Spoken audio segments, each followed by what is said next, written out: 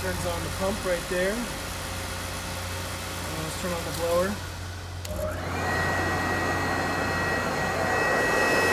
We have the blower turning on here. As you can see, for transport we have it in two pieces. So for us to get it fully to run, we'd have to reconnect everything, but it needs to be disconnected like this for transport. So I'm showing you here the pieces, the way it connects. You can see we have the wires here that basically run from this control box over to this control box as well. And then these get connected so that it'll run the conveyor up. But you can hear the primary components firing up there.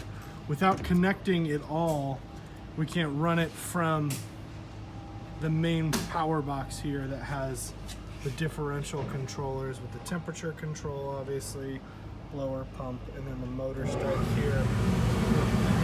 We just connected this one over here, which is the dryer portion.